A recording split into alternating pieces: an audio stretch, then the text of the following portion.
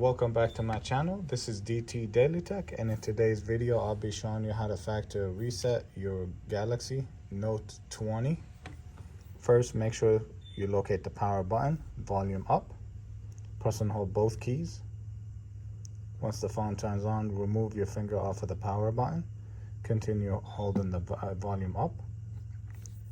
Once you see these options, scroll down, wipe data factory reset, factory data reset.